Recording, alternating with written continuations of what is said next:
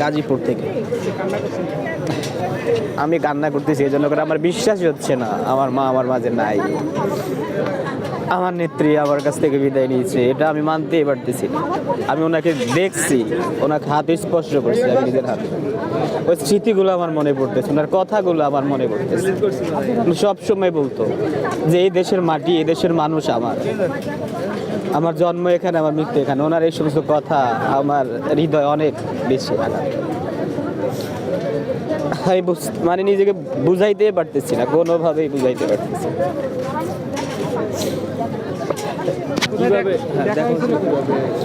2008 সালে যখন সারা বাংলাদেশে ভোট হয়েছিল তখন আমাদের উপজেলায় গেছিল, ওই একটা আসন বাকি ছিল, ওখানে প্রার্থীকে খুন করে ফেলছে। আওয়ামী লীগের নমিনেশন যিনি পাইছে উনি মৃত্যুর পরে আরেকজন প্রার্থীকে দিছে। তো ওই নির্বাচনটা পরে হয়েছে। ওই নির্বাচনে 2008 সালে ওখানে আমাদের সুপ্রিম কোর্টের আইনজীবী ব্যারিস্টার মাহবুদ্দিন খোকন জয়লাভ করছে। ওই বছর উনি ওখানে জনসভা করছে আমাদের নোয়াখালীতে, চাটখিল সরকারি স্কুল হাই স্কুল মাঠে উনি গেছে, তখন আমি ওনাকে গেছি। এই যে কিছুদিন আগেই তারেক রহমান লন্ডন থেকে এসেছে, আপনারা যারা নেতা কর্মীরা রয়েছেন সাধারণ, আপনারাই কান্না করছেন, ওনার মানে অবস্থা কেমন হবে বা উনি আসলে এই শোক সইতে পারবে কিনা? এই শোক আসলে আমরা নেতাকর্মী হিসাবে আমরা এই শোক সইতে পারতেছি না। উনি তো সন্তান, এতটা বছর পরে মায়ের কাছে আইসা, মায়ের কাছে একটা মাস না থাকতে মাকে হারাইছে, এই বেদনা যে কি কষ্টের এটা একমাত্র উনি ছাড়া আর কেউই বুঝতে পারবে না। ওনার ভিতরটা যে এই মুহূর্তে কোন অবস্থায় আছে এটা কেউই বুঝতে পারবে না, কাউকে মানে ভাষায় প্রকাশ করার মতো না। আমার কাছে এমন লাগতেছে আমার নেত্রীর জন্য, উনি তো সন্তান যাকে উনি গর্বে ধারণ করছে এতটুকু, 17টা বছর দেশের বাইরে ছিল মাকে ছাড়া, তাহলে ওনার অনুভূতিটা কেমন? আমরা মাকে হারাইছি কিন্তু আমরা ভাইকে কাছে পাইছি। ভাইকে পেয়ে মাকে হারানোর বেদনাটা যে কত কঠিন এটা বুঝাইতে পারবো না ভাই। আপনার পরিচয়? আমার নাম তানভীর। হ্যাঁ, ওই যে সময় আমি গেছিল তখন তার কাছাকাছি কীভাবে গিয়েছিলেন বা আসলে ওই সময়টা কেমন ছিল? এবং নেত্রী যখন গেছিল তখন আমি আরও ছোট ছিলাম, আমি তো এমনিতে যে না। নেত্রী যখন এরকম রাস্তা দুই পাশে দাঁড়ানো, আমরা দুই পাশে, মাঝখানে গাড়িটা যখন যাচ্ছে তখন একবারে আমি এরকম গাড়ির সাথে, তখন এরকম হাত নাড়তেছে নেত্রী, গ্লাস খুলে দিছি, এরকম গ্লাস খোলা, ঠিক এতটুকু গ্লাস খোলা, আমি এইভাবে হাত দিছি।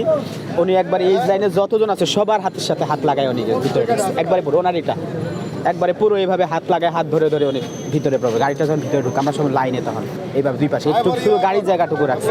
ঠিক ওই সময় পরে আমি যখন ভিতরে গেছি উনি তো স্টেজে, দেখি না, আমি আমার এক বড় ভাইকে বলছি, ভাই আমাকে একটু কোলে তোলেন আপনি। আমার পুরো শরীরের মধ্যে ছিল ওনার ছবি, ওনারই ছোটো ছিলাম। তো পরে আমার বলছে কোলে তোলেন, কোলে তোলার পরে ওনারে আমি দূর থেকে এইভাবে হাত উড়েছি, ওনার চোখও একবারে আমার বরাবর করছে, উনি আবার পাল্টা হাত নাড়ছে এভাবে। মানে ওই অনুভূতিটা যে কেমন ভাই আমার, মানে এটা আমি এখন চোখে আমার মনে এখনও ভাসতেছে যে আমার নেত্রীর সাথে আমি আবার হাত ফিরেছি। এই জন্য আমার মানে মনকে বুঝাইতেই পারতেছি না আমার নেত্রী নাই।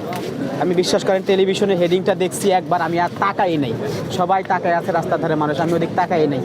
আমি সোজা হাইটা শুধু বাইকে উঠে বাইকওয়ালার করতেছি, ভাই দামাদামি না করে জলদি যা।